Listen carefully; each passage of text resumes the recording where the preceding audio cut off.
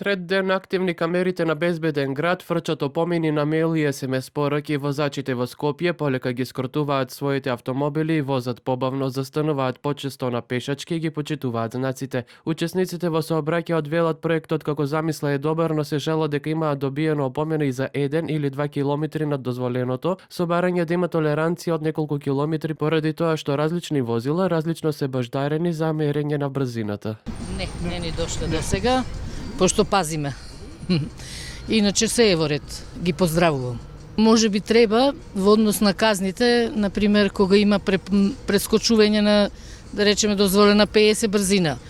Вози 70, има некој процент разлика од 51 до и натака.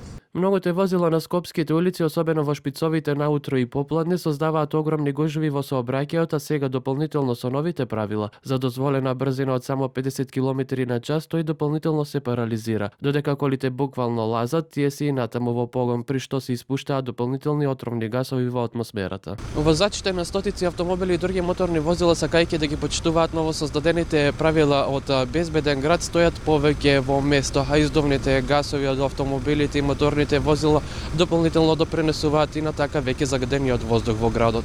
Вчера на вториот ден од пробниот тест на системот биле регистрирани 50.652 прекрашувања, од кои 48.861 поради брзо возење, 1.366 за црвено светло и 425 за нерегистрирани возила. Само во првиот ден беа регистрирани над 110.000 опомени, најчесто за побрзо возење од дозволеното. И додека се чека казнувањето од Safe City, возачите решението го бараат во смарт апликации за избегнување прекршоци.